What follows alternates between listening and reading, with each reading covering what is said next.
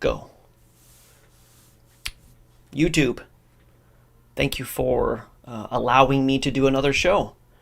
The response video that I'm going to be doing is a response from a TikTok content creator that I've built quite a rapport with. He's certainly on the other side of the aisle. He's I believe, a biology teacher and an evolutionist and potentially an atheist. I think so. Definitely agnostic, maybe agnostic atheist. But I made the video, the Rockefeller video, the deep dive. Is fossil fuels, are they biogenic or are they abiotic? And did Rockefeller try to create artificial scarcity? He responded. This is going to be my response to his response. I was going to make a TikTok video, but there's too much to cover here. So this is a content creator named Planet Peterson, and it is his TikTok video response to me. If that's kind of new to you guys here on YouTube, there's a whole thing going on TikTok. It's a whole thing. Many of us, there's a lot of Christian content creators. I call us a Christian content creation TikTok Super Friends League. And then there's the atheists. And some of the atheists, like a Mike Burgundy and we don't get along. But a lot of the atheists I do get along with. Planet Peterson, Danny, Friendly Atheist. A lot of these guys, we have some really good discussions. And when we have these debates, there's hundreds of people there a lot of times, sometimes thousands. Parker's another one's good. Anyways, Planet Peterson and we had our first debate many, many moons ago. I think I'm on his YouTube channel, actually. I think his name's Eric. Really nice guy. He's one of those guys that I would absolutely be a friend with if we were in some sort of geographic locale that allowed for such a thing. There's kind of a mutual respect. There's a little bit of a frenemy thing going on there. I mean, he's a biology teacher, and I'm a young Earth creationist. So, anyways, he made this video, and he made some very predictable claims. And I'm going to address the ones that I find more interesting. So here's how this is going to go tonight. I'm going to show his response on TikTok to my video. So it's going to be like a mirror, like infinite egress thing going on. And then I'm going to respond to the points that I think are entirely incorrect. Now, he basically kind of Googles his answers, which you're going to see. And as a product of the education system, a higher educated, I would call him what Noam Chomsky considers the political class. That is what the system in charge intends to thoroughly indoctrinate. I could pull up that Noam Chomsky video. They're the most important because basically if they can, if the people, let's say the elites, which I need to define a little bit more. I don't think it's a specific race, ethnicity, political affiliation, even religious affiliation. I think it's people with old money, long money that have been in charge for a long time. You can think of, the Rockefellers and J.P. Morgan. Now we have, we have Gates and we have the World Economic Forum and these different kind of groups. So just people who have maybe genetically they're, what would you say? They've been in control for a long time. They have a lot of money. They need a working class. They need a subservient working class. This is who I believe built the education system. This is who I think, if you look at does our vote really matter? You find out that the working class has no say in any actual vote that has implications for your financial livelihood. They just make the rules. That they let you vote on the little stupid things.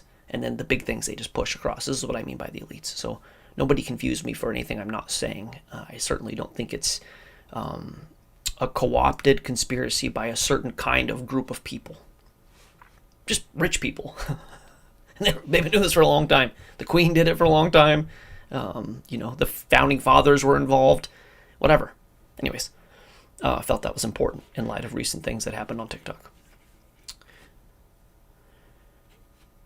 So the Noam Chomsky in I think it's called Manufacturing Consent is his book, and he talks about how you basically have 70% of the masses that are just trying to keep their head above water and are just very sheepishly following the leaders, and the leaders are the political class who are the most thoroughly indoctrinated, and a biology teacher fits right in that ilk, in my opinion. So this is my take on who Peterson is. So let's go, let's turn this over. this is the TikTok video. Not bad. I've definitely seen much more scathing responses to my content. But again, he's going to say a thing. I'm going to respond. Try and keep it at around an hour. So I got to get going. Hopefully there's actually, you know what? I'm actually going to ask the chat something here. When this plays, I've had issues with TikTok before. Please tell me if there is... please tell me if there is audio when this plays. Okay. Here we go. Well, my own personal Dale Gribble tagged me in a video. Let's check it out. Okay. Did you guys hear that? Did you guys hear that? My own personal Dale Gribble tagged me in a video. Okay, cool. So he starts off a little bit of guns blazing here, right? He says, Well, my own personal Dale Gribble tagged me in a video. Let's check it out. Now he keeps saying that this was a show of affection to call me Dale Gribble. And I'm a little torn on that because obviously we know what Dale Gribble stands for kind of in the world, right? Dang old man, government, man, they take your jobs, man, that whole thing, right? So I went just for fun and I looked at some of the Dale Gribble clips. And this one in particular really sounds like me. So maybe I am. Maybe Dale Gribble is a good comp. Listen to this. Give me liberty or give me death, but only the kind of liberty you find in a controlled, well-regulated society. No. So, look, man, I can poke fun at myself too. Dang old man, government, man, give you some freedoms, but not all the freedoms, man. That's so I am Dale Gribble apparently, or a version of it. But anyways, interesting way to start the video, right? He's Dale Gribble. I don't think a lot of people could laugh about that, but I can. John D. Rockefeller is arguably the most dominating and influential person in American history. He created our modern education and medical systems. John Dewey was far more responsible for shaping the American education system, but Rockefeller did have an educational program. Okay, so this claim is John Dewey was more responsible for the current modern education system than was John D. Rockefeller. I think this is patently false. But let's hear what he has to say. That's not my response, by the way. It ran out of money like in 1950 and officially closed in 64. Here were the stated goals. Promotion of practical farming in the southern states, establishment of public schools in the... Okay, I'm not going to be able to remember all of these, so I'm going to stop now. Ran out of money in the 50s. Rockefeller died in the late 30s. Which means that he did this. He did the General Education Board from when he had his riches. He lived about, I think, 93. So for the last 40, 50 years of his life, he really did this. He's dead and gone. What do they do after that? Eventually it runs out of money. But does it run out of money before it accomplishes its goal? And I would say certainly not. Because what they have to do, and I've seen it in their white papers, I did a ton of research for this and I couldn't find it, but when you train the kids, those kids become the teachers, right? And then they teach the next generation of kids.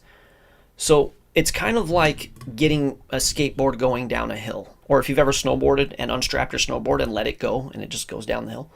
Once this thing gets going, it's going to have its own momentum. Because inside of this education is, obedience to the system, acritical thinking, loyalty to the king, social obedience, these kind of things. And so it might have taken them, I've heard 5 generations is really the goal. If you can do something for 5 generations, at that 6th generation, it's the snowboard going down the hill. It's the skateboard going down the hill. Perpetual motion machine. And so the first point, we're going to look at John Dewey. Let's actually look at John Dewey here.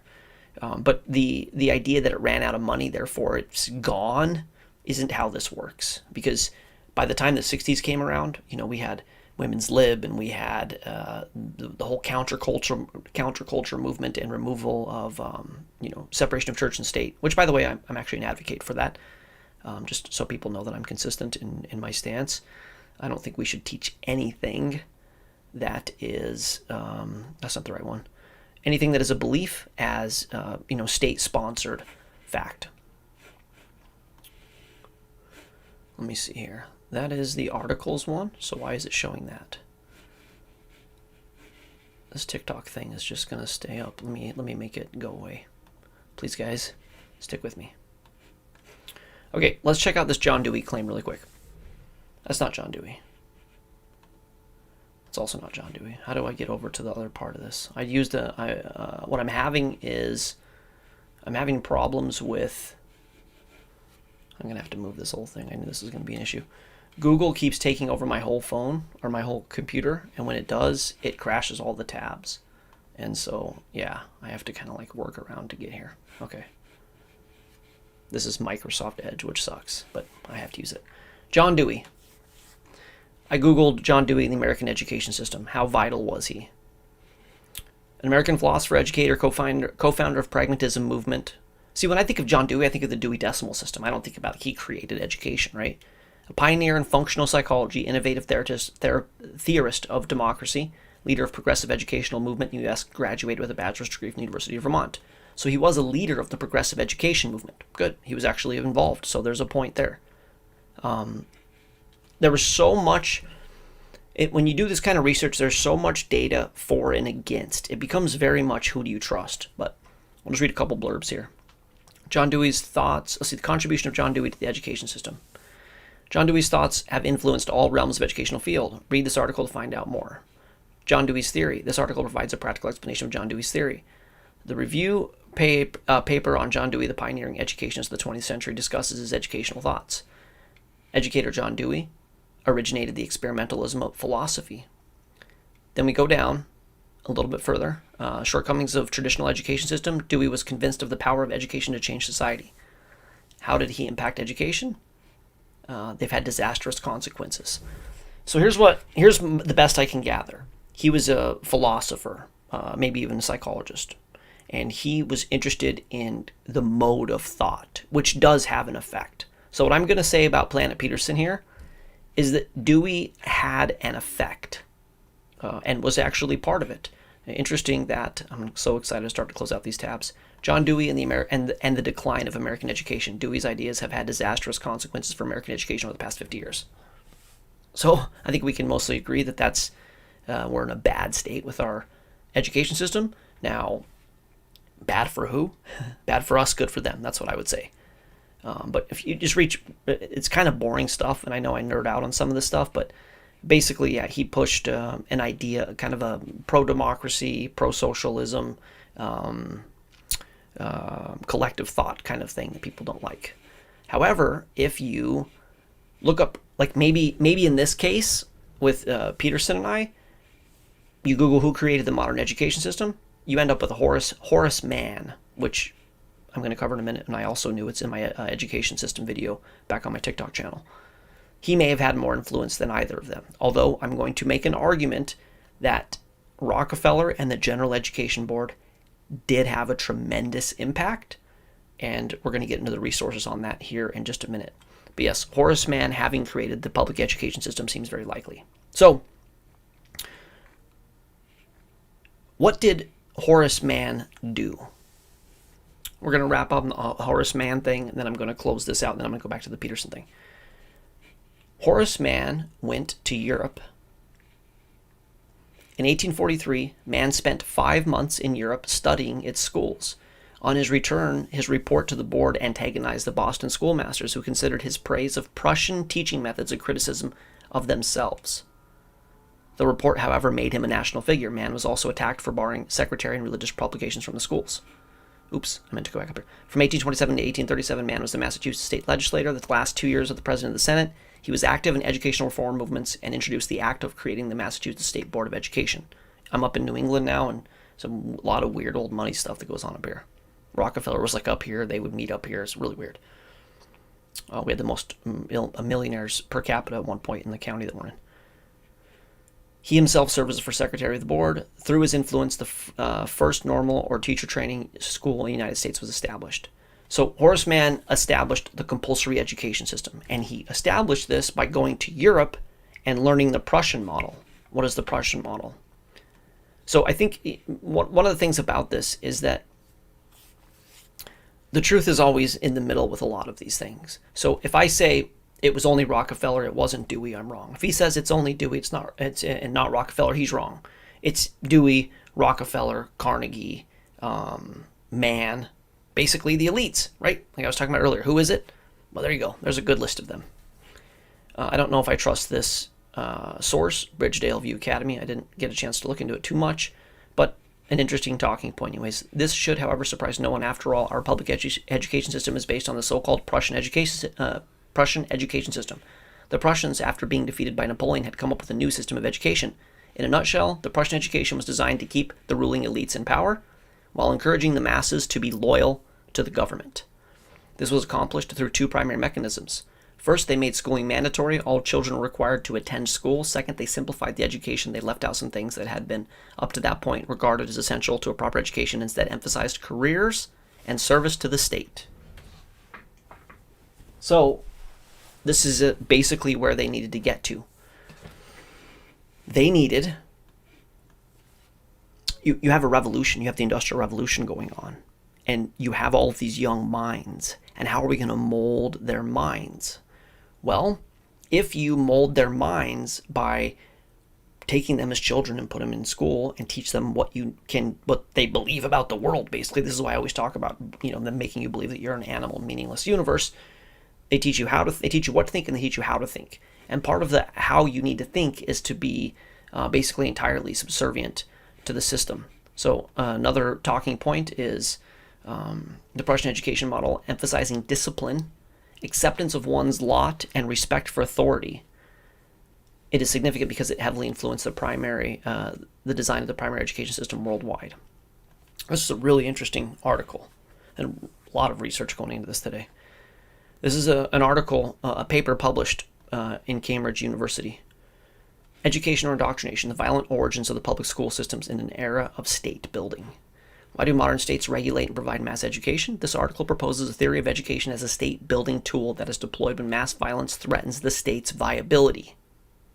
Right? We hear the state quite a bit. Your children are a product of the state. The state is everything, or the federal government, it's the bigger state, obviously. Experiencing mass violence can heighten national elites' anxiety about the masses. Moral character and raise concerns about the efficacy or repression or concessions alone to maintain social order. In this context, a mass education system designed to teach obedience can become an attractive policy tool to prevent future rebellion and promote long-term order. See what happens.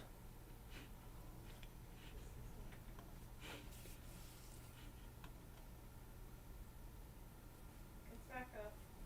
Like you can see me? Yeah. Was that you, John D. Rockefeller? That was John D. Rockefeller. That's my guess. Okay, so you're sure I'm up and I'm live? Yes. Okay, now I gotta resort. Give me a minute. Okay, I'm back. That's good. I'm not sure why he is talking. He shouldn't be.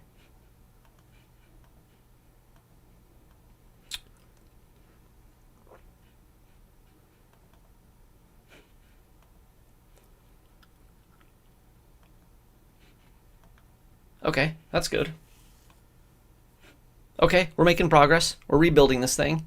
Maybe if you're listening to this later on replay, you're like, what's going on? OBS crashed. Whatever. Live TV. Okay, so that's that one. And then I need to get my other guy back up.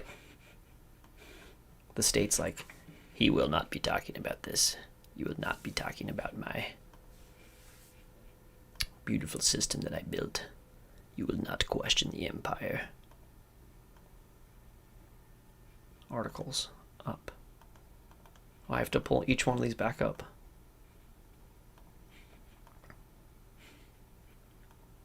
Sweet. And we're back. It's quickest. We got the best production team in the business. I said happy 4th and it went down. That was funny. Okay, so consistent with the theory, I detect a cross-national pattern of primary education expansion following civil wars in Europe and Latin America. Oh, nothing new under the sun. In a complementary study of 1859 Chilean War, I show that the central government responded by expanding primary schooling in rebel provinces, not as a concession, but to teach obedience and respect for authority. The theory helps explain why non-democracies often expanded mass education. And it gets in here, it actually talks about exactly the Prussian theory, the Prussian thing that we talked about earlier. So I've never thought about this before. You're watching a conspiracy just come into my mind right now. But I am not a history buff of the Civil War, and maybe I need to start to become that. I've heard some things on both sides, what Lincoln was doing, what he wasn't doing, abolition, the North, the South. I feel like it's far enough back in history that it's hard to get actual truth, but for them to basically go American Revolution, Civil War, compulsory education. Well, according to that article I'm just reading, it says that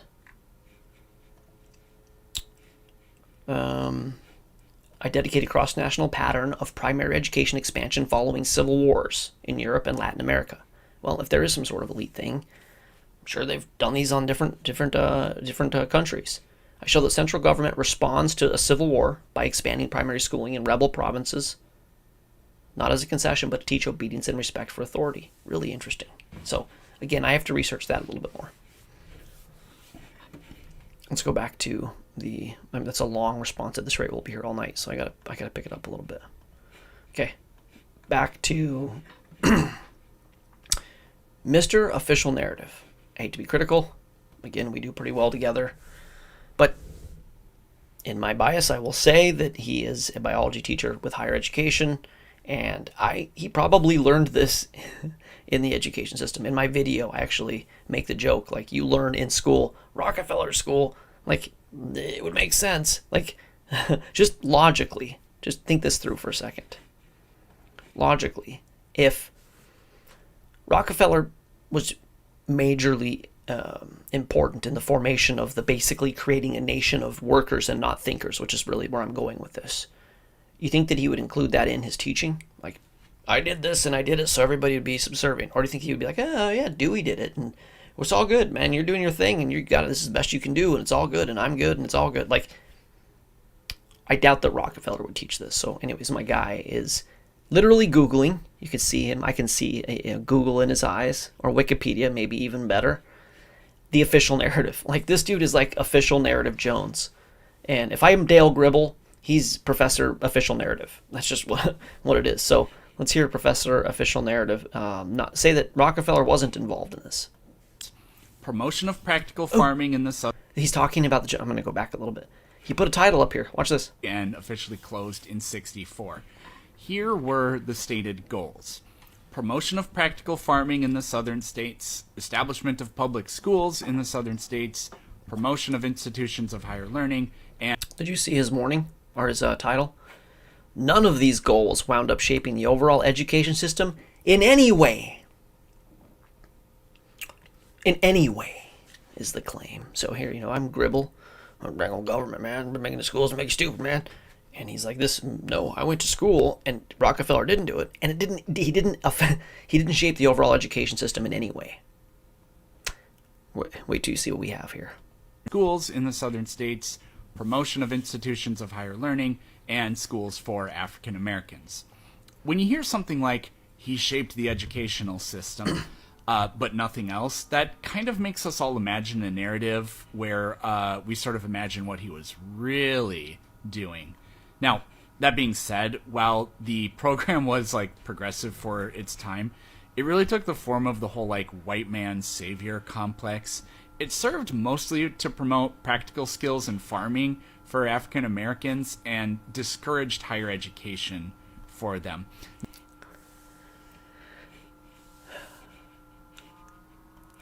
Can you hear my computer about to blow up?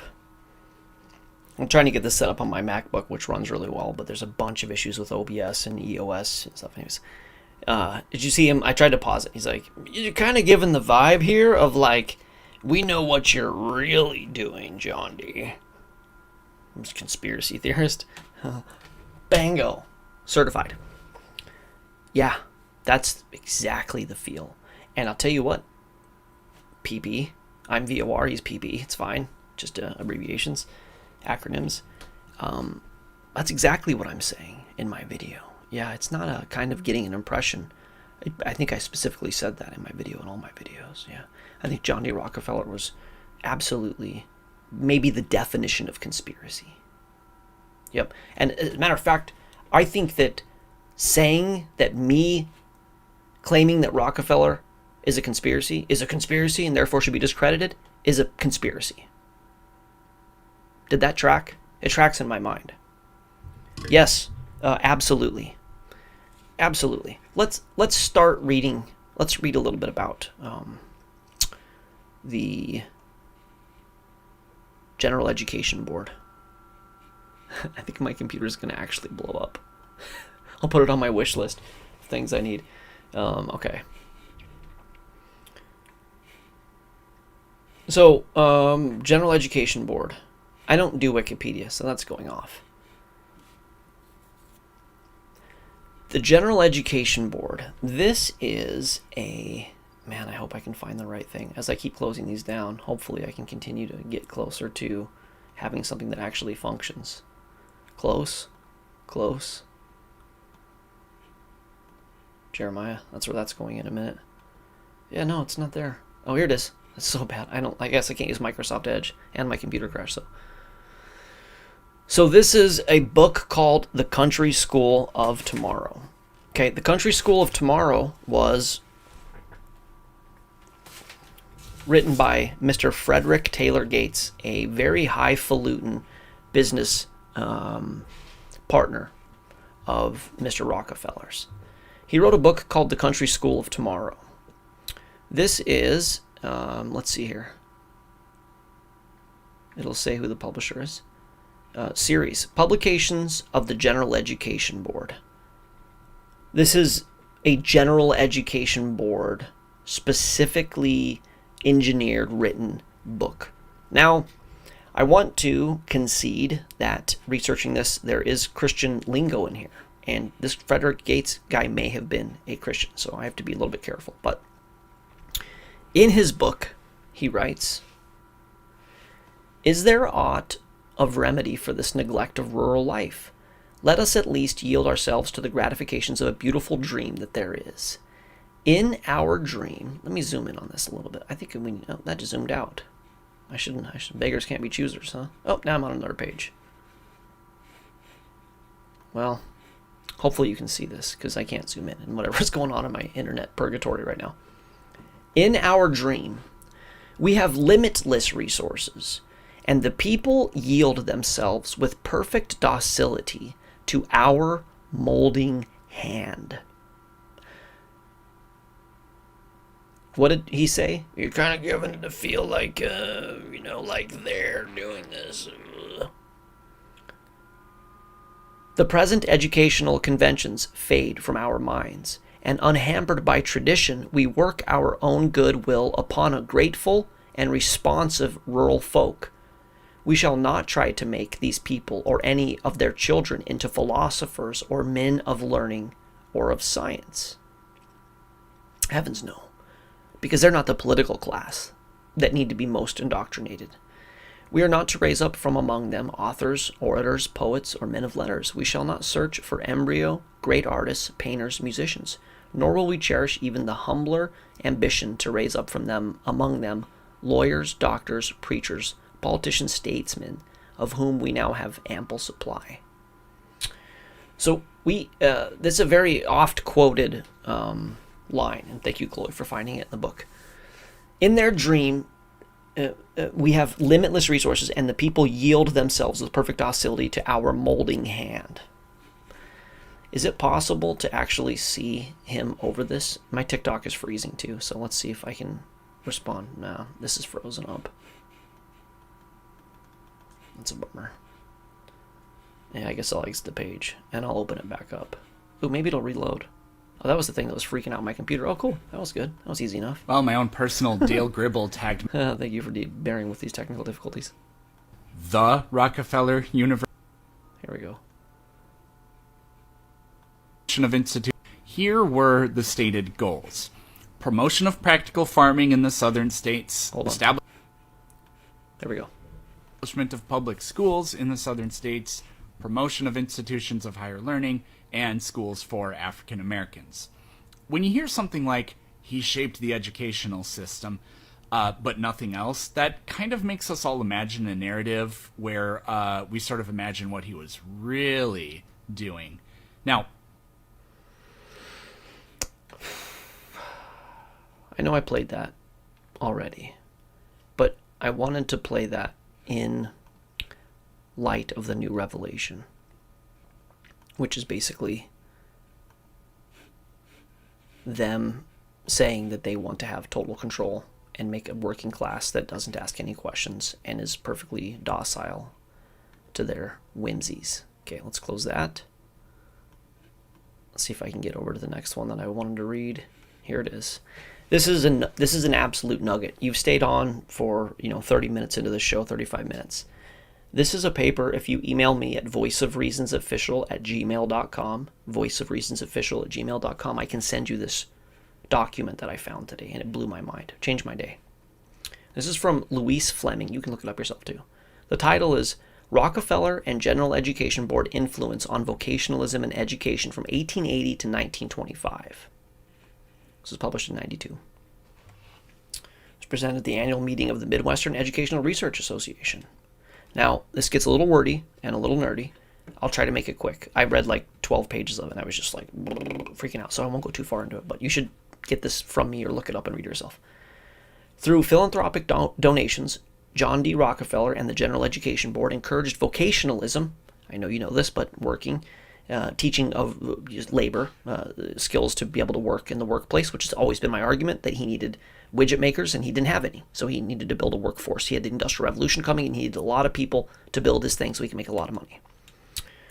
Encouraged vocationalism and education during the years of 1880 to 1925. Again, by the time 1925 comes around, you already have put the system in place. It's a self-perpetuating system at that point. It needs to be tweaked. They added Common Core. They do some things later. Actually, Dewey came after that. Dewey came after this, which is really interesting. So he took the existing system and just made it even crappier. The progressive era. Remember they said Dewey was involved in the progressive era of education. Evidently, Rockefeller believed that the best education for poor youth was vocational, presumably so that they would be able to maintain occupations in their adult lives. Doesn't sound terrible. It's nice for people to have jobs. This precedent set by Rockefeller was continued by the General Education Board after its founding in 1903. The General Education Board was known for its expenditures that rescued schools from desperate circumstances. Yet the programs they recommended time and time again advocated vocational offerings for students who would not attend college. The problem with this approach was not opening doors to poor children as the philanthropists viewed their donations.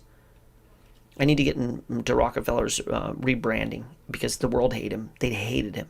And he had a whole PR department, and he, I'm a Christian now, and I'm giving all my money, and he gave all his money to, mostly promote his science and education desires, which were also making him more money. Let's see here. The programs they recommended time and time again advocate vocational offerings for students who would not attend college. The problem with this approach is philosophic view of their donations. Okay, but with closing doors to any other area a student might choose to pursue, they believed a student's destiny was known and their future lay. Actual program changes under GEB auspices showed that vocational education was both the goal and a result of their involvement. A goal and a result. Hey, we did it. Very. Rockefeller was like uncannily, supernaturally smart. I think he was being, whatever. I think that the devil runs the world system, and I think he was somehow getting information from on low. Okay. Actual progress changes. Vocational education was both the goal and a result of their involvement. For example, to stimulate agriculture in the South, they insisted that young people's educations should consist primarily of agriculture and domestic sciences. Members were greatly concerned with the good of society, which would benefit from trained farmers and workers to serve it. The three sections in this paper contain a total of 64 references. Purpose of this study, to examine the roles of John D. Rockefeller in his established area. Let's see here. Where was it at? I thought we were already reading into it, but refers to the substitution of education for its own education for the future role in the job market. This major change in definition occurred during the progressive era. Is this the exact same thing we just read? I don't think so. This change in what schools were expected to do was brought about by many factors. The changing student populace was a major factor, as more and more children filled and overfilled classrooms, as more and more children came from poor families, many of them immigrants. Therefore, some changes occurred as a result of the humanitarian impulse. As people and organizations sought to make education more understandable and meaningful, however, not all people advocating changes had the interests of the children in their hearts. This is where this thing started to really win me over. My mom used to always talk about the intentions of your hearts. It will be seen that some business people systematically and deliberately acted to stimulate vocationalism in schools, particularly for children who were rural or poor. This study focuses on the role of Rockefeller and the General Education Board in influencing the reworking of course offerings for youths who appeared to be destined for manufacturing or agriculture.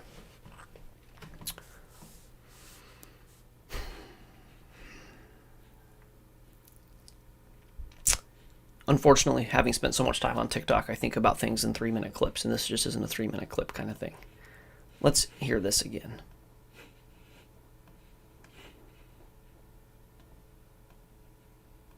Education system, but Rockefeller did have an educational program. It ran out of money like in 1950 and officially closed in 64. Here were the stated goals: promotion of practical farming. Again, none of these goals wound up shaping the overall education system in any way. In the southern states, establishment of public schools in the southern states, promotion of institutions of higher learning, and schools for African Americans.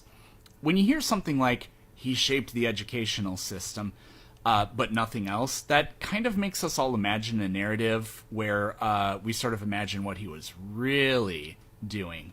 Now, and that's exactly it. And he really was. Frederick Gates and the General Education Board wrote that in their world, people would be totally docile and go to work and not ask any questions. They needed widget makers. If you follow my content, this is what I've always been saying. They needed widget makers, okay? They needed widget makers, and you had agrarian, self-sufficient people. Very literate, very able, very pioneering. Yeah, poor. We're still poor. Is anybody not poor right now? Oil was a part of that, is a part of that. The whole inflation thing is a big deal. And I mean, the feds and the interest rates, your mortgage, your school tuition, and your debt on that. I mean, the difference between the servitude class system that we're in now and the ones of yesteryear is that in this one, we think we're free and we celebrate our freedom. And we're more free in some areas. But when your entire life is a debt that you have to work your entire life to pay off, you're not free. The God of the Bible has a statute of limitations. Every 7 years you forgive debts. Every 50 years everything's wiped out. Debt is an anchor, an absolute anchor. You buy a house for what used to be $200,000, you pay $400,000 for it, or $370,000. Now you buy a house for $600,000 because they're buying up all the real estate, and you get to pay $1 million, $2 million, whatever you get to pay back. You're never going to pay it back. You have to work the rest of your life. And the job system that they've built. Yes, Planet Peterson, I am saying that there was an intention. And the intention is to make a willing, obedient, disciplined, socially compliant, serving the king class of widget makers. Yes, that's exactly what they did. And is it a huge surprise that my guy here, my frenemy, who is educated in the same system, wasn't taught that? Maybe I should go back to my face shot for more drama. Is that more drama? Is it any surprise that the political class, the most heavily indoctrinated, aren't taught this? And then when I make a video talking about it, they go, "It sounds like you're saying they did this." Yeah. Yeah, it wasn't John Dewey. John Dewey was a philosopher, and he sucked also, and he added to it. I want to pull up this Noam Chomsky bit. I might pull it up here in a little bit and because Noam Chomsky isn't a conspiracy theorist, and he talks about how important the indoctrination of the political class is. Okay, let's see if we can get more of this. So I really want to get through this. I wish you guys would stop distracting me, interrupting me, because I'm really excited about was Rockefeller a Christian part of this show. It's going to be hairy. It's going to be hairy. And if you're watching this and you're like, yeah, enough stuff about the education system, I'll try to put a marker on the video and you could fast forward to this because it's going to get really wily here in a little bit. Okay, continue. Now, that being said, while the program was like progressive for its time, it really took the form of the whole like white man savior complex. So many times. It served mostly to promote practical skills in farming for African Americans and discouraged higher education for them. Not as like a conscious plot to keep them down, but because they thought they knew what was best. There still is a biomedical... Did he just say they knew what was best? He thought they knew. Was that their... Was it... Did you just say that they're not saying, we know what we're doing, and then like they thought they knew what they were doing? Did you just do that? That's interesting. Research university called the Rockefeller University, and it's produced 29 Nobel laureates. So bona fide. I can't find anything nefarious about it. Now, call me naive, but... I can. I'm not going to do it in this part, but I can. I certainly can. Oh, certainly can. And the 29 Nobel laureates point... Have you seen my videos? Go watch my video on Robert Damadian, who was snubbed by the Nobel laureates because he's a young Earth creationist, and Sir Fred Hoyle. I don't think the Fred Hoyle video ended up here on YouTube. It's on TikTok. They'll literally snub somebody who came up with the discovery and award it to the other people in the field just to mess with them. The Nobel laureates are absolutely as corrupt and broken as there is. George Peabody is involved in that. You know, he's got the Peabody Award. Nobel himself was a real shyster, a swindler. And yeah, it's a club. That's why when Fred Hoyle didn't get it, he was like, Fred Hoyle came up with nucleosynthesis. And Fred Hoyle also came up with the term the Big Bang.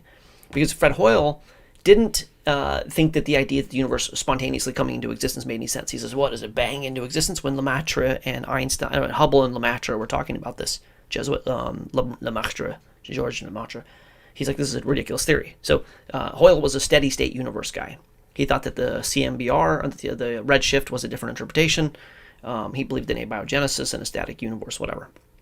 And so they didn't give him the Nobel Prize for nucleosynthesis, which he discovered. And he wasn't upset like Damadian was. He was like, yeah, it's a club, and I'm not in it, and they suck. I don't want their stupid prize anyways. I really liked Hoyle. The guy was a cowboy. Continue. But it's kind of hard for me to imagine that if you're winning Nobel Prizes... you probably aren't secretly, like, withholding or controlling information.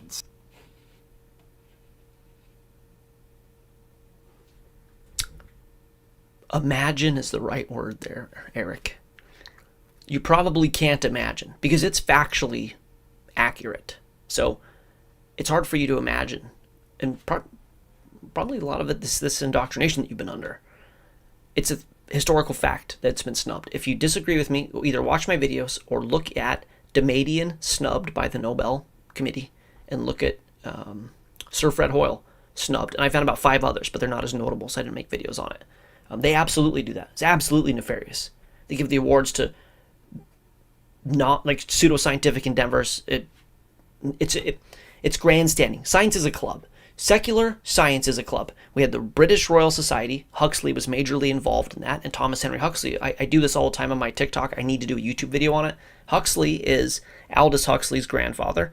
He was Darwin's bulldog. He started something called the X Club, where he basically built his consortium of anti-Christian, anti-Bible secular scientists, and they took over science after the Age of Enlightenment. He was very influential in this. When Aldous Huxley wrote this book, it wasn't a guess.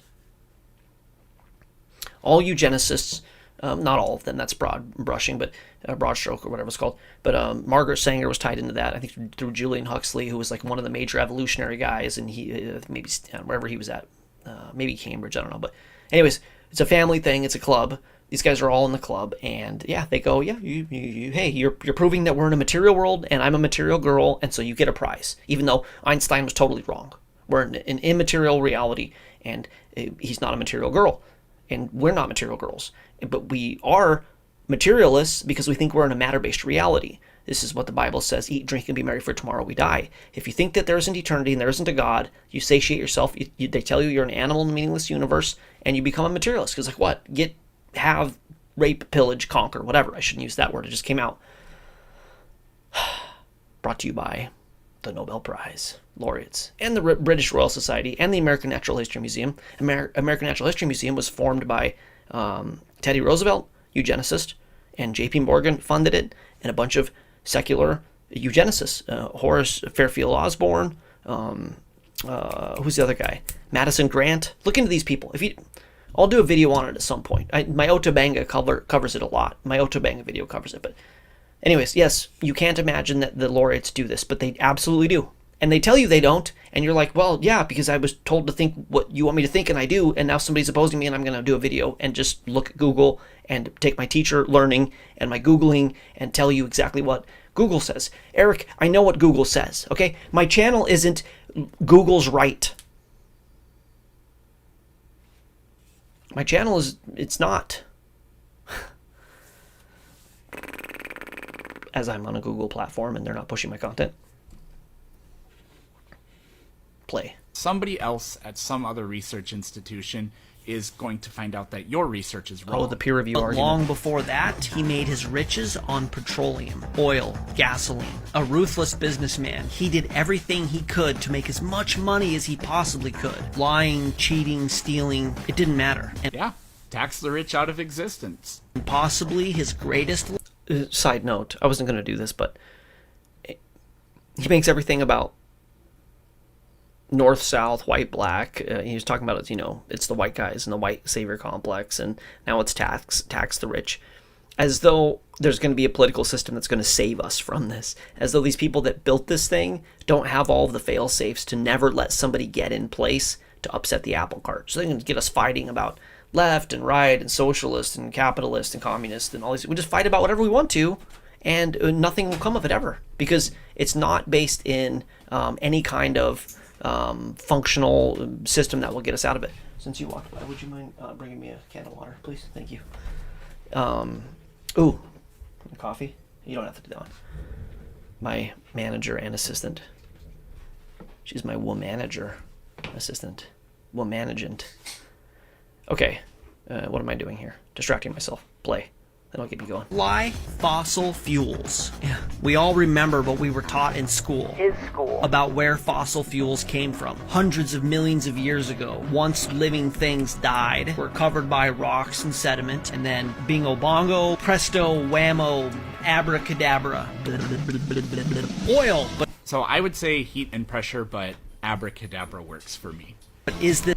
Oh man, maybe I do the Rockefeller Christian thing in a part 2.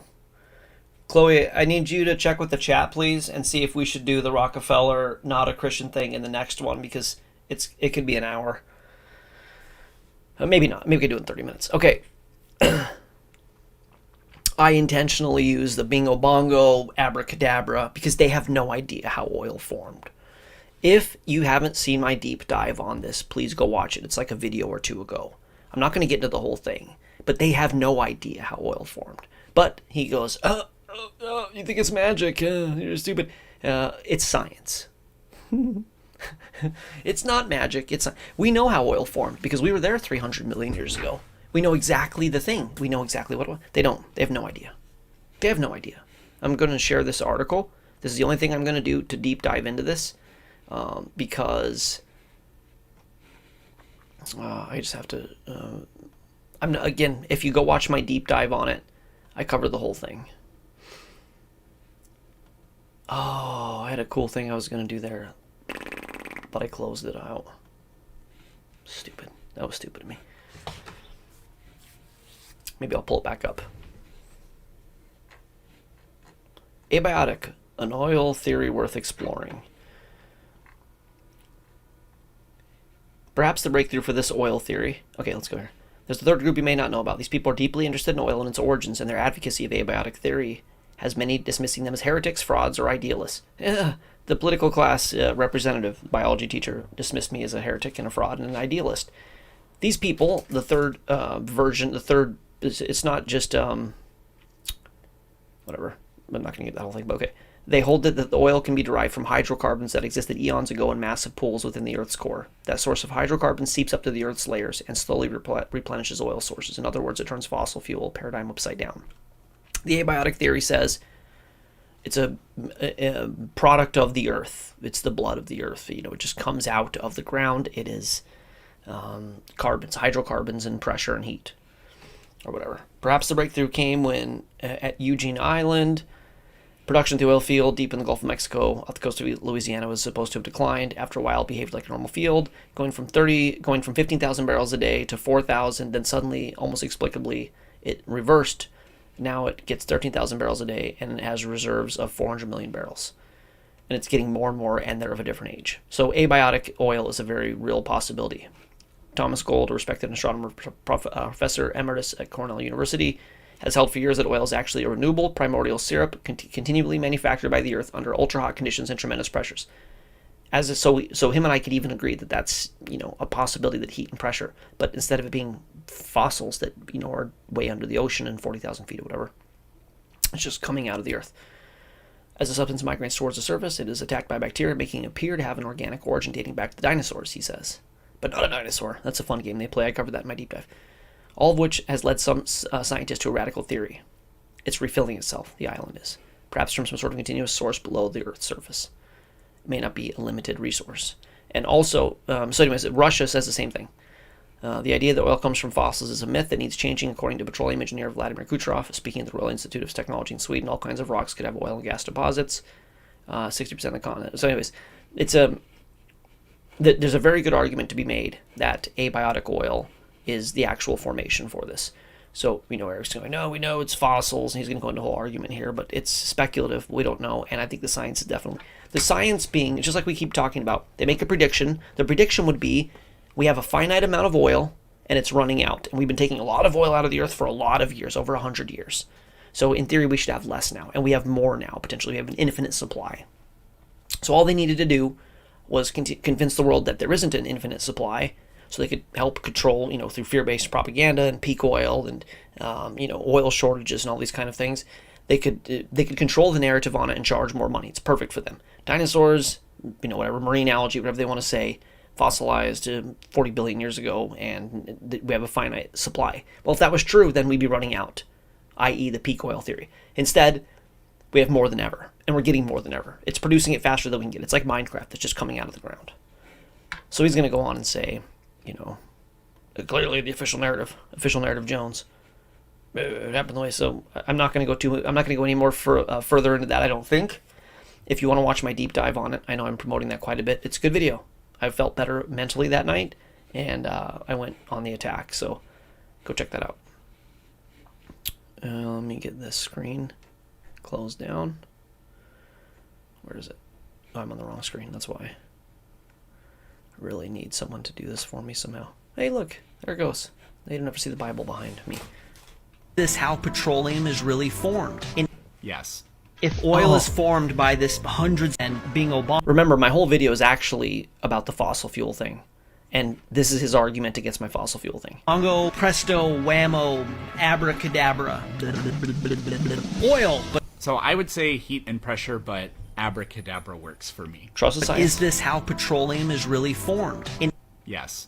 If oil is formed by... Did you see that? It was like Jack Horner. They really hundreds of millions. They really train these guys well. They have to go to their NPR voice and look at you very seriously and lower their cadence and say, "Yes." And you're like, "Okay, yes, yes, teacher." I'm sure it works for students. So I would say heat and pressure, but abracadabra works for me. Is this how petroleum is really formed? Yes.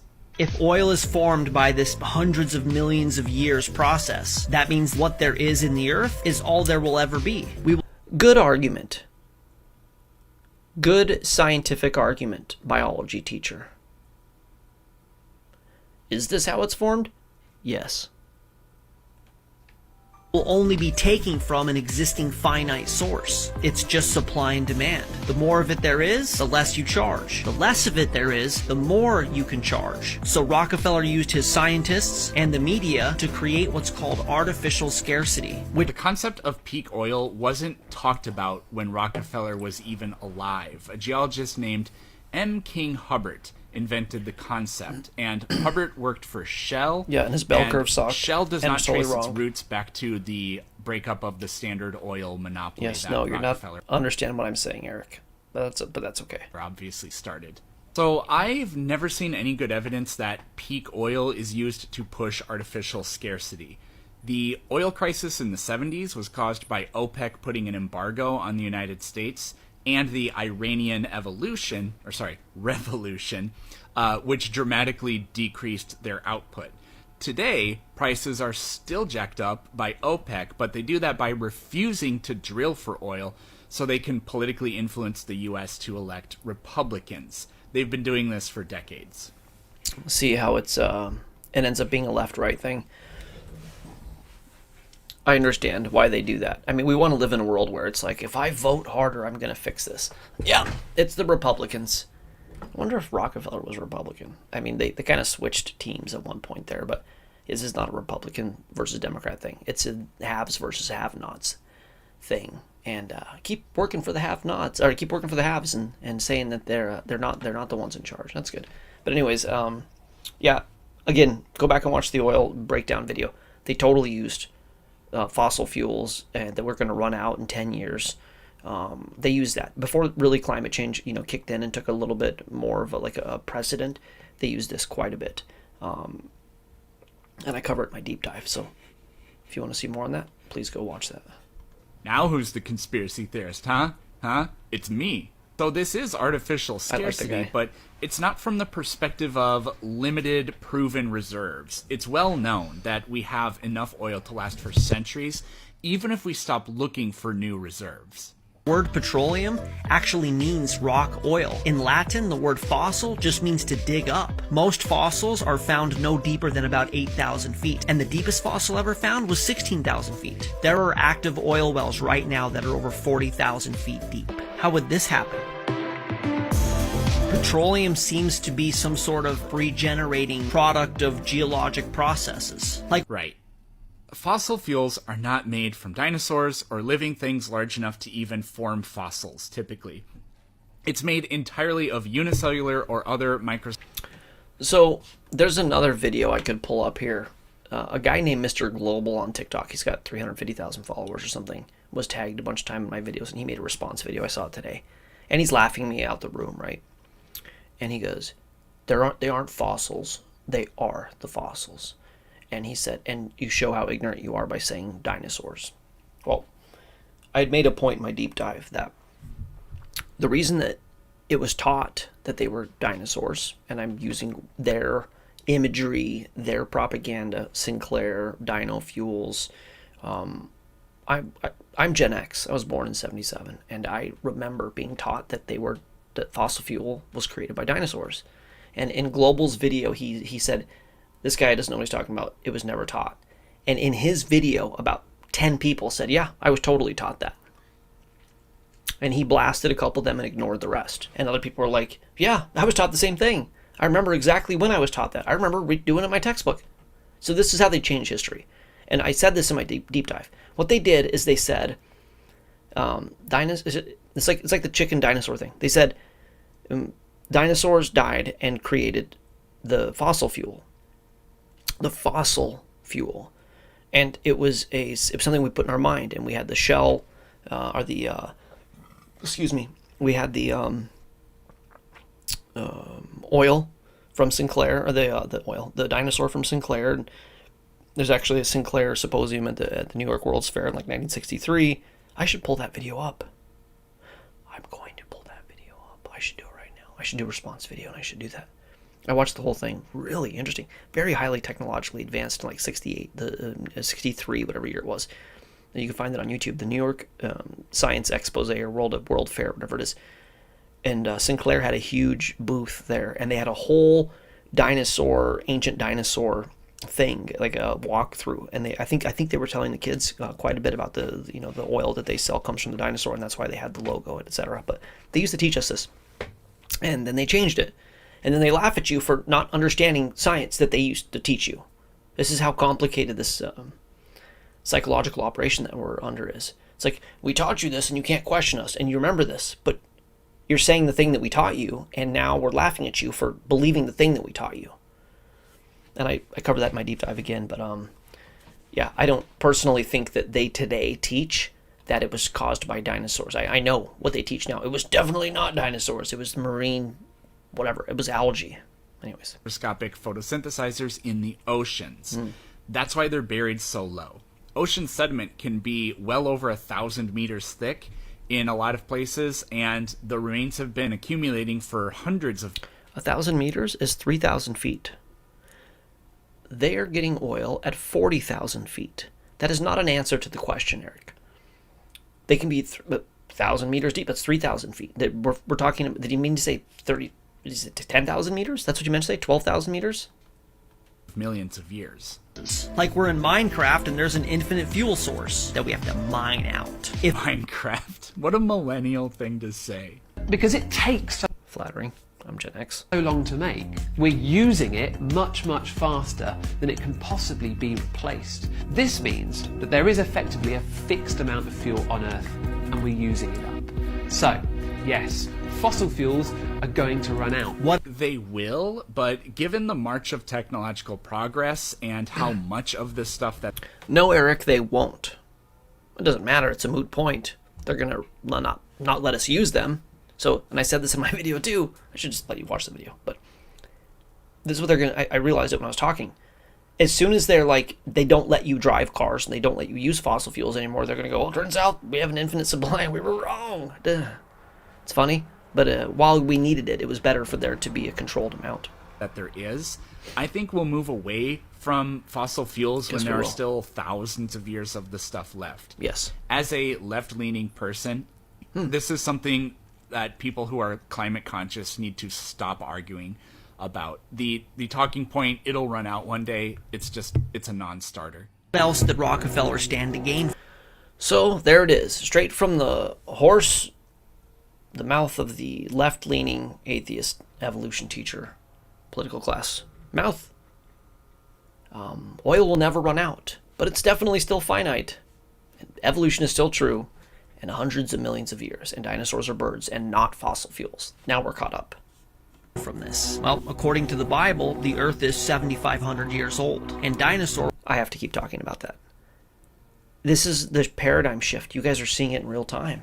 This is the paradigm shift. If you're Gen Z or older, 70 to 80, whatever, you were taught. I would love for you to say in the comments of this video, I was taught that, or not. I wasn't taught that, but we could do like a study here.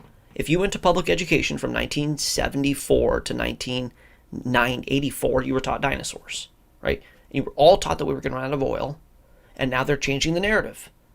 And the guy who is the official narrative, Jones, is saying, we're not going to run out. It's still a finite amount, but we're not going to run out. This is changing so fast. And then, in my kids' generation, it'll be like, yeah, we used to have fossil fuels, and it turned out to be an infinite supply or whatever, and we can't use them. But, hey, it was a heck of a way to keep humanity going for thousands of years, but not anymore. Anyways, yeah, it's crazy how it changes. Really freaks me out. Watching history be rewritten freaks me out because I get it. It's part of what I do in this content, with this channel, is I'm trying to report on the history that I knew. Because it's really hard to find these things. They list what they want to in a search engine. This is the Library of Alexandria, the burning of the Library of Alexandria, digital version, digital edition. And we all know there's YouTube videos we used to be able to find. You can't find them. Well, if you had the link, you could still find them. They're there. They're just hidden.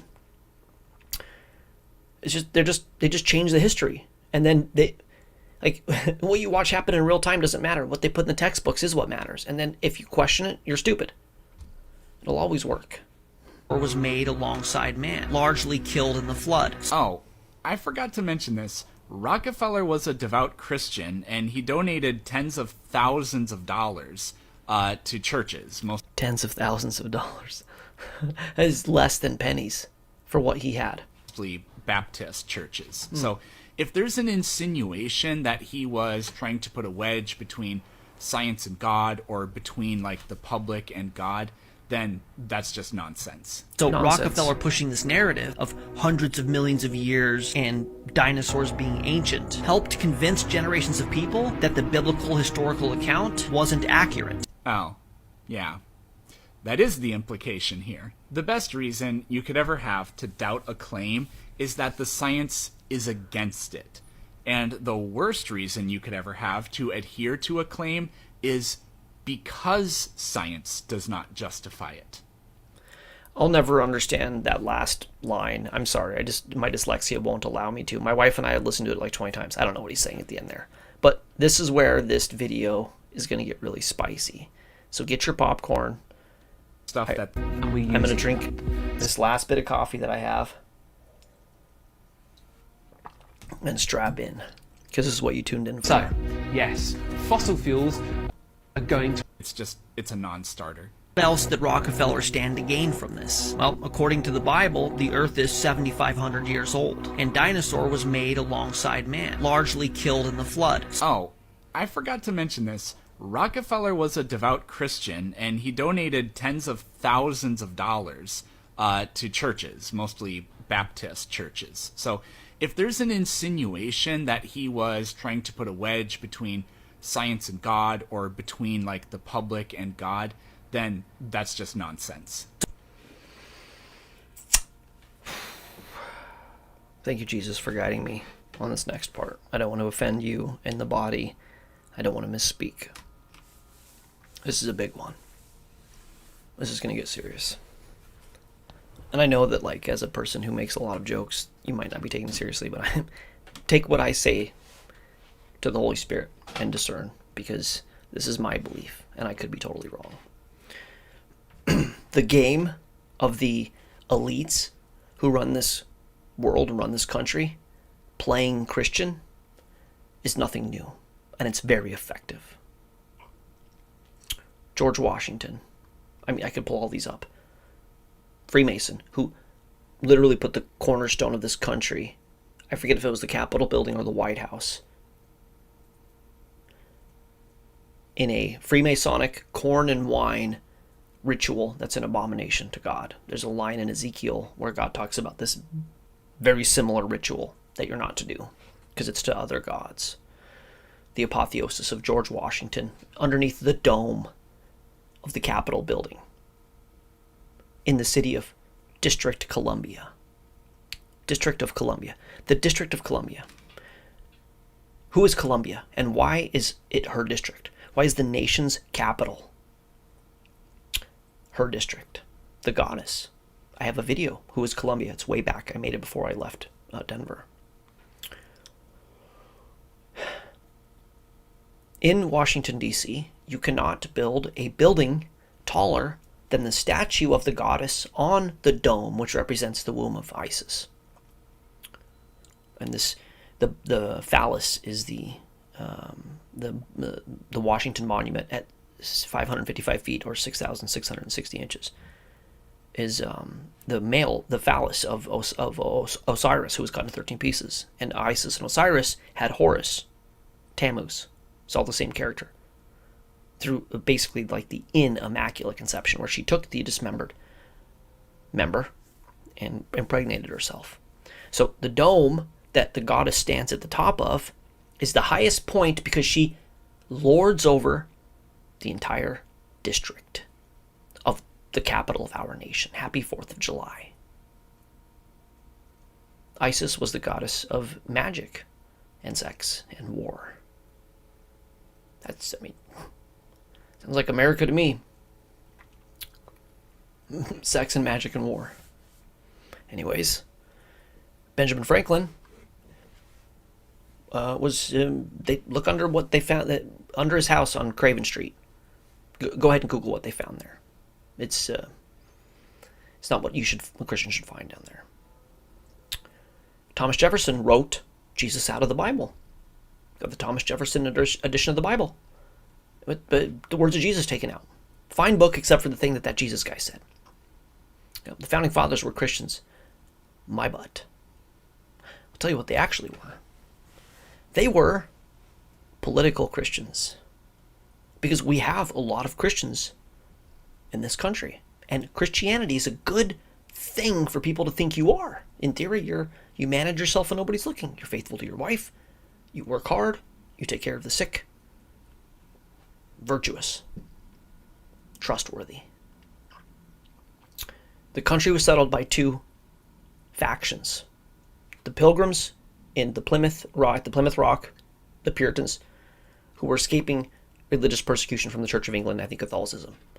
and they wanted to come to a place where they could worship Jesus, kind of Amish style, without being bothered. And it was also settled by the East India Trading Company outposts that landed at Jamestown.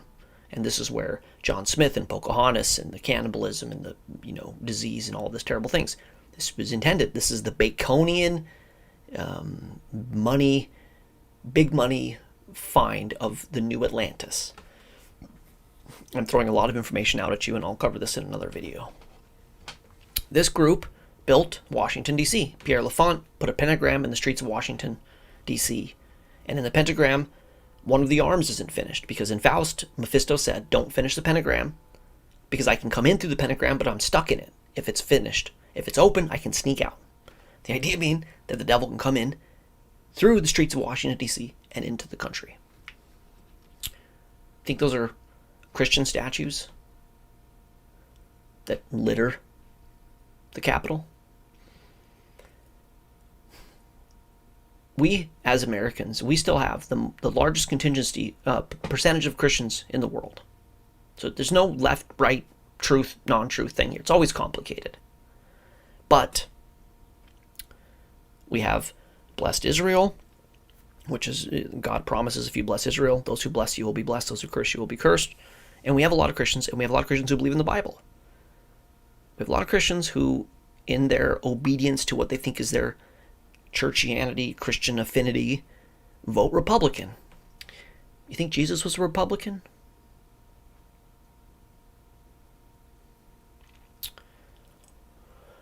Well, Rockefeller had to rebrand himself because everybody hated him. And what a nice way to get everybody in America to like you, to say that you're a devout Christian and give tens of thousands of dollars to the Baptist churches. Tens of thousands of dollars. He gave $180 million for the education system and a few $10,000 to the Baptist churches. You don't think that was political, like a PR? Well, let's look at what kind of Christian John D. Rockefeller was. And if I'm wrong, God forgive me.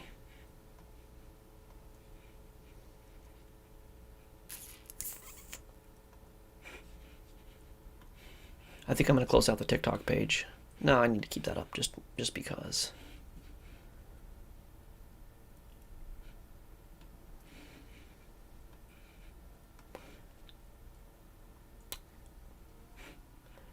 This thing I'm going to cover is so heavy.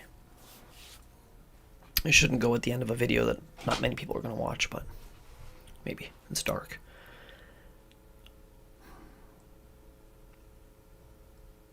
Jesus says you will know a tree by its fruit.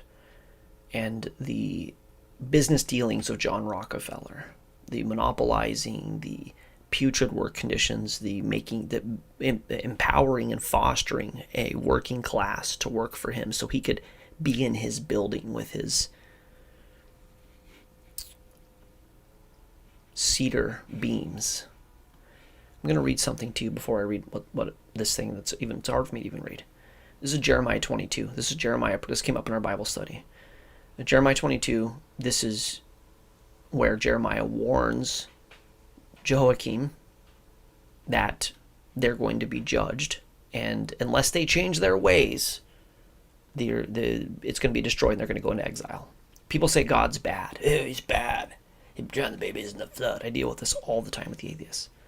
This is what the Lord says. Go down to the palace of the king of Judah, tells Jeremiah, and proclaim this message there. Hear the word of the Lord to you, King Judah, you who sit on David's throne, you, your officials, and your people who come through these gates. This is what the Lord says. This is God's request to the kings, the elites at that time, sitting on David's throne, that they needed to do in order to preserve their country, their God-given, the birthright and everything they've had. Do what is just and right. That's a mean thing for a mean God to say, isn't it? There's a tyrant, he's not a good God. Do what is just and right. Rescue from the hand of the oppressor the one who has been robbed. That's a good thing to do, right? Do no wrong or violence to the foreigner. The immigrants? How is John D. doing so far? The fatherless or the widow, and do not shed innocent blood in this place. Remember that. For if you are careful to carry out these commands, then the king who sits on David's throne will come through the gates of this palace, riding in chariots and on horses, accompanied by their officials and their people. But if you do not obey these commands, declares the Lord, I swear by myself, which he can do, that this palace will become a ruin. Woe to him who builds his palace by unrighteousness, John D. Rockefeller. His upper rooms by injustice, John D. Rockefeller. Making his own people work for nothing, John D. Rockefeller. Not paying them for their labor, John D. Rockefeller. He says, I will build myself a great palace on the Broadway street in the middle of New York with spacious upper rooms. So he makes large windows in it, panels it with cedar, and decorates it in red. Does it make you a king to have more and more cedar? Did not your father have food and drink, and he did what was just and right, so all was well with him? How beautiful. He was virtuous. If you do things the right way, unless your name's Solomon, because he was just super blessed, like a triple anointing, and all kind of other stuff going on there, and God made a promise to him. And he might have been righteous, I don't know, whatever. Your dad's did a great job, and he wasn't rich, because if you're rich, I need to make this point. There's no such thing as the creation of energy. It only transfers forms. These are the laws of physics we're talking about. And if you are getting more than you should have or deserve, you are taking it from someone else who doesn't have it. And God hates that. It is an abomination. An unfair scale is an abomination to our good and just God. It is an abomination. He hates it. Taking all for yourself while the widows and the poor and the immigrants suffer. Republicans. This isn't a political thing, but I'm telling you we've been had here. And I don't mean Republicans, I mean people. George Bush comes to mind. He's a Christian, right? Other than he said there's many ways to God. And he was also an oil man who did terrible, terrible, terrible things. Look into the Iraq War and lying about weapons of mass destruction. Was that a very Christian thing to do? Donald Trump. A lot of Christians are fancy on Donald Trump. What does he do? He says, well, I don't need to be forgiven because I don't sin. And he's got a huge place named after himself. He may have been more fair than some of them. He seems like a, better than most kind of elite guy, but he sure worked for, made his people work for a little and made a lot, right? It's energy. It's physics.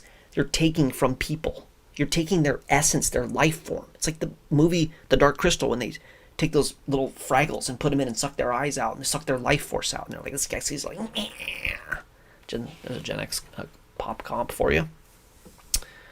We're not to do this. Did not your father have food and drink? He did what was just and right, so all went well with him. He defended the cause of the poor and the needy, and so all went well. Is that not what it means to know me? God says. God says. You want to say you're a Christian? He defended the cause of the poor and the needy, and so all went well. Is that not what it means to know me? God is good. And if you're serving God, you should take these words seriously, declares the Lord. But your eyes and your heart are only set on dishonest gain, John Rockefeller, on shedding innocent blood, and on oppression and extortion. John D. Rockefeller was a Christian. Well, let me tell you something about history, okay? I come from Colorado, and I didn't know this because this isn't taught in school. And I can only imagine why. Man, I wish I could make this the right size, but I guess women over 45 should try this ergonomic bra. I'm just going to promote that. The Ludlow Massacre, April 20th, 1914. Rockefeller was 70. Attack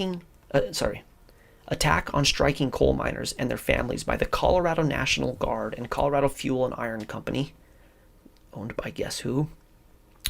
At Ludlow, Colorado, April 20th, 1940. April 20th, there's that date again. Wow. Was it an accident? I didn't see that earlier, but yeah. Columbine, the H-Man. A lot of stuff's happened on that date. 420. The deaths of 25 people, including 11 children. You're supposed to take care of the children and the needy, right? And the immigrants. About 10,000 miners under the direction of the United Mine Workers of America had been on strike since September 13th, 1913. That's weird. If it was 1911, I might have lost it and walked off the set here. Protesting low pay and abysmal working conditions in the coal fields of Colorado.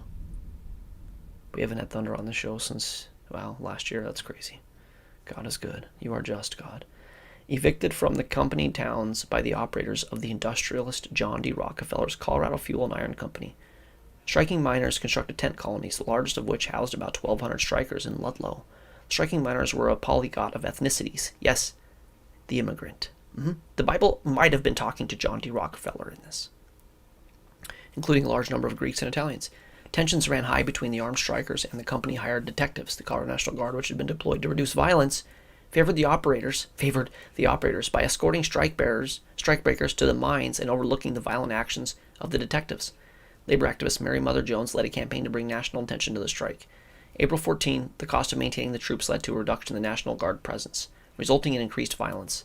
Sunday, April 19, 1914, the National Guard encircled the Ludlow camp and deployed a machine gun on a bluff overlooking the strikers. Although no one knows exactly what instigated the violence. Yeah, no one will ever know. Some accounts suggest that officers of the National Guard demanded that miners turn over at least one individual, possibly a striker or even a hostage that they were holding, but the miners refused. The National Guard then opened fire on the camp, initiating a pitched battle that lasted throughout the day. 3 of the striking leaders, including labor organizer Luis Tecas, were captured and killed by the National Guard. The National Guard. And I know more about this story. Rockefeller called in to the governor, who was his guy, and he called out a hit. That's my understanding of the story. The governor of Colorado was in his pocket. He was like, you got to take care of this. And I have the whole transcript, which I don't know if we're going to read tonight. We probably won't. That I found with the testimony, the court testimony where Rockefeller was being tried for this. Really interesting stuff. Titans were captured and killed by the National Guard. Anecdotal evidence suggests that Tecas had been lured out to discuss a truce. Hey, come out. We're the government. We're the National Guard. Come, you trust us? Come on. We're going to get a truce. As the striker ran out of ammunition, they retreated from the camp into the surrounding countryside. Women and children hiding from the bullets that strafed the camp huddled in cellars that had been dug underneath their tents. In the evening, the National Guard troops soaked the tents in kerosene and set them on fire. In one cellar, 11 children and 2 women were found burned and suffocated. In all, 25 people were killed during the massacre, 3 of whom were National Guard troops. There's a picture of it. There's the woman with her child. And the miners fighting back because they couldn't afford it. They were working in the worst conditions you could imagine, and they couldn't afford anything, and they were desperate, and they had nothing they could do. And so they fought for their lives, and the Colorado National Guard, under the order of John D. Rockefeller, killed them all in cold-blooded. Retaliation for the massacre, miners attacked ammunition town officials, strike bearers in the mines, taking control of an area about 50 miles long, 5 miles wide. As many as 50 people died during the reaction to the Ludlow massacre. Fearing a further escalation of violence, Woodrow Wilson sent in federal troops to restore order. Unlike the National Guard, the federal troops were impartial and kept strike bearers out of the coal mines. The strike ended on December 10th, while the workers got little in the way of tangible benefits from their strike, gained 4,000 new members. Congress held hearings but took no concrete actions. Huge surprise. Can you believe that? Trials of more than 400 miners dragged on till the 20s, but none were convicted. 12 National Guardsmen were exonerated before a court-martial.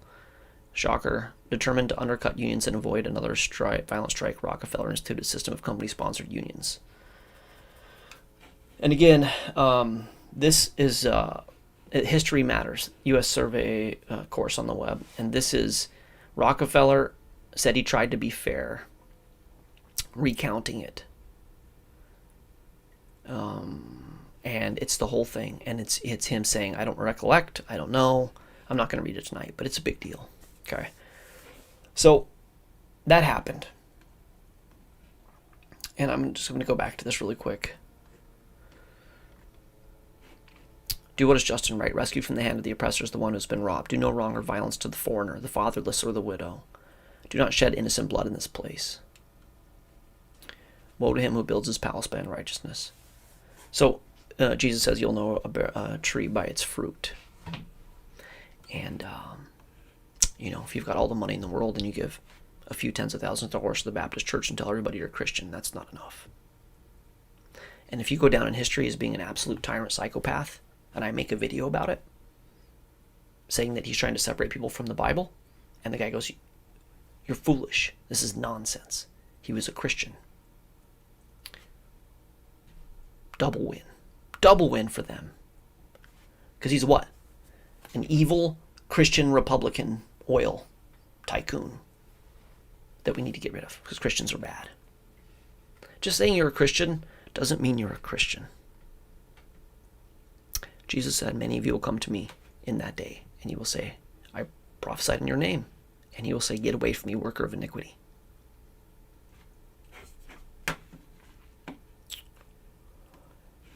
Further evidence. This is going to get good. That's hard. That's really hard for me to report on.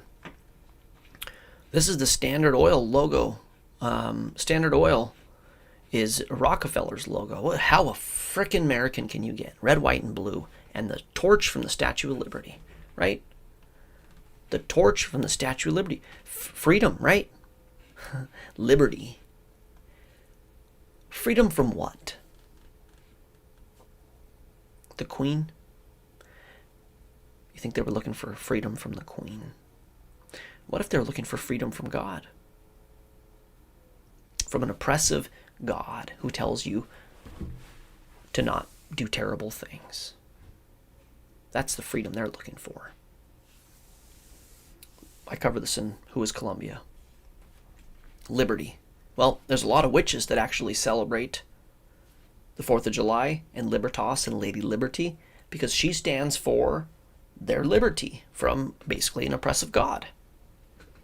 Deo un Deo reverso, Madame Blavatsky. I wasn't speaking in tongues. That was her view, and that's who she was. Anyways. Okay. Standard Oil. But maybe I'm wrong about this whole thing. Maybe this oil torch is a good deal. Maybe I'm just being a conspiracy theorist. You know, the oil torch, Standard Oil, John's a Christian after all, right? Maybe it's the light of Jesus. History of the Olympic Flame. Greek City Times. I didn't mean that. It was the light of Jesus. Okay. Here's this lady, and she's got the torch. The Olympic fire is ignited several months before the opening ceremony of the Olympic Games, site of the ancient Olympics in Olympia, Greece. Olympics, that makes sense. 11 women representing the Vestal Virgins perform a celebration at the Temple of Hera. This is all Christian stuff here. Very Christian. First torch of the Olympic torch relay is kindled by the light of the sun, its rays concentrated by a parabolic mirror. As the beginning of the ceremony, the Olympic anthem was first sung, followed by the national anthem of the country hosting the Olympics, the national anthem of Greece, along with hoisting of flags. The Olympic torch is a symbol. A flame ignited several months before the Summer Olympics and carried all the way from Greece to the Olympic host city. The torch relay ends with the opening ceremony of the Games, concluding with the lighting of the grand Olympic flame in the host stadium. And it all began with the defying of a god. I could stop right there, right? That would be enough. And it all began with the defying of a god. In Greek mythology, Prometheus and Epimetheus were tasked with the creation of man. Prometheus shaped man from the mud, and Athena breathed life into the inanimate figure. Prometheus loved his creations and felt sorry for them, since Epimetheus had already given out all the wings, fur, claw, and other natural gifts to the animals, leaving humans naked and vulnerable. Prometheus gifted them with fire and allowed them to stand upright, as the gods did. Yes, this is the first evolution. I think this is one of the first theories of evolution ever taught, was the story of Prometheus, and how the light bearer, you may know him as Lucifer, Prometheus, brought light to man that he created out of the dust. In fact, he loved man more than he did his fellow Olympians, who had banished his family to the abyss of torment and suffering, Tartarus. It's actually a war. It was a war. There was a war where his family and the other gods, Zeus and whoever, they were all fighting. And they were bound in Tartarus for disobeying the chief god. Sound familiar? You ever read this in a book? When Zeus eventually took fire away from man, Prometheus stole it back, lighting a torch from the sun and regifting mankind with the fire that allowed them to develop their science and their culture. Holy Moses, their science and their culture. Thank you, Prometheus, the light bearer, for stealing from God the artificial light and giving us our science and our culture. Both of which are associated with Prometheus. Science and culture. Nothing new under the sun that this light came from. I hope your guys are getting this. Your guys. Zeus was outraged when he discovered this and punished Prometheus by having him chained to a pillar of unbreakable chains of adamant, tortured by a monstrous eagle every day. After many years, the great hero Hercules killed the eagle, rescuing Prometheus from this torment. Ancient Greeks believed the fire was given to mankind. Prometheus considered it sacred and used mirrors to focus the sun's light, igniting fires that burned in perpetuity in front of the Greek temples during the ancient games, which were held to honor Zeus. More fires were lit at his temple and that of his divine wife Hera. Today, the Olympic flame symbolizes the connection between the ancient Olympic Games and the contemporary ones. You could watch this as just like, I'm sure, just yeah.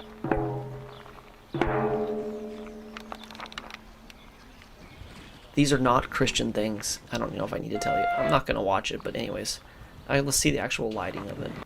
The virgins, the Vestal virgins doing the thing, and the guys do the thing, and anyways, you know, it's all witchcraft and paganism. It's all weird stuff, so I'm done with that. Prometheus, this is the connection to Rockefeller. Now, remember, Eric said, you know what, Rockefeller was a Christian. You're stupid. He would never try to dissuade people from the Bible. And we're seeing the fruits that don't bear fruits of a Christian. And now this whole Prometheus nonsense. His Standard Oil logo and the golden idol of golden idols, the Prometheus.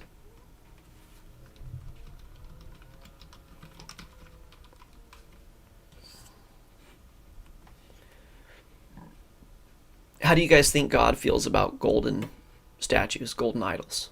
How do you think he feels about those? Is he for or against making a graven image, a golden graven image to another god, little g, or an animal? He's against that, right? Well, this is Prometheus in gold in front of this obelisk-looking building, which is the Rockefeller Center. You know, you're like 1 Rock or 30 Rock. 30 Rock was that show, NBC. And they do the Christmas tree, sits on top of him. That's a whole other conversation.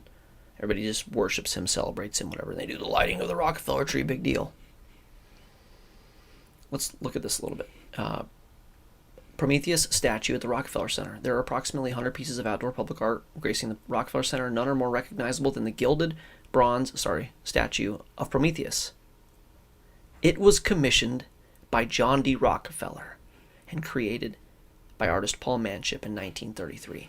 Now, I wanted to confirm that because it's, you know, I'm like, I know it was put in the 30s and he died around there. So I'm like, maybe, you know, that's like a really weird thing to do at the end of his life. He's like a born-again Christian, isn't he?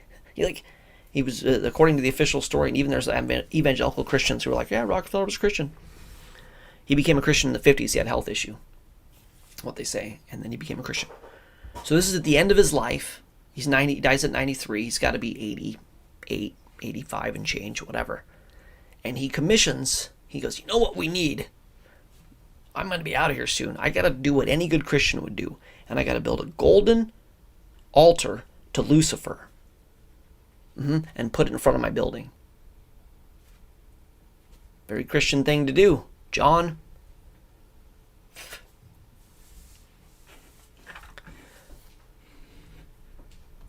The inscription reads, Prometheus, teacher in every art, brought the fire that have proved to mortals a means to mighty ends. Wow. Living just behind the 18-foot Titan. 18 foot. It's interesting. 6 times 3. Sculpture of Zeus on the GE building. Greek mythology, this king of gods threatened to destroy humans by eliminating fire. Zeus is the bad guy, and Prometheus is the savior. Deo un Deo reverso.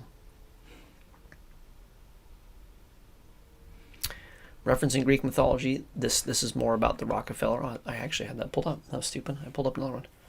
This is it. This is chiseled, sexy Prometheus, you know, in front of just everybody checking it out.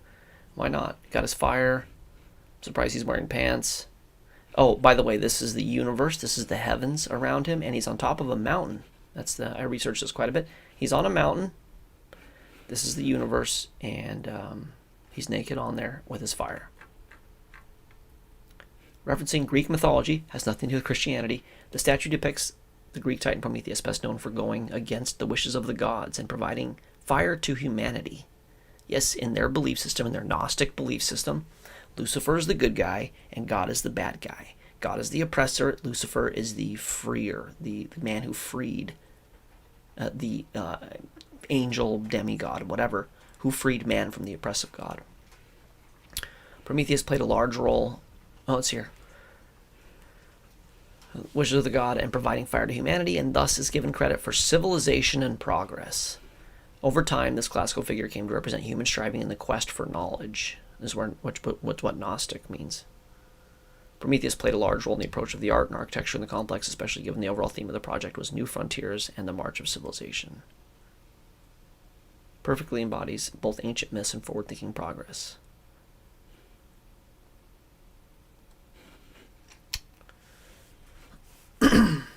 Well, what does my guy say? So, you guys are getting to know entirely too much about my mind by watching these deep dives. Thank you for watching them. But how my mind works,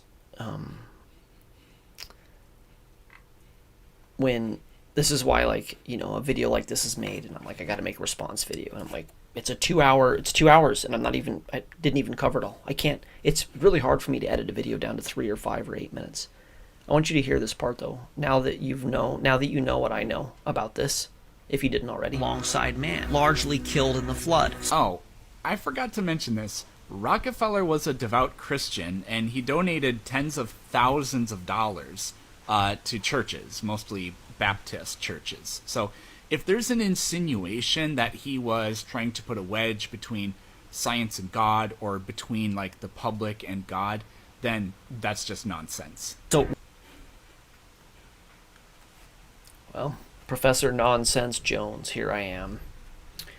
Why would Rockefeller try to drive a wedge between science and God when he, I guess, serves Lucifer or Prometheus or whatever's going on? Anyways, I don't think he bears the fruit of a Christian personally. I think that these tycoon, magnate, Republican Christians, the Bushes and the Trumps and the Rockefellers do a lot of damage for the image of what Jesus was about, because it was certainly nothing like the things that were going on in Ludlow and Saudi Arabia, and etc. So, okay, that's it. I'm going to end the show for tonight. Thank you for tuning in. Serve God. Pledge your allegiance to God, not the flag. And God bless you. I love you. End transmission.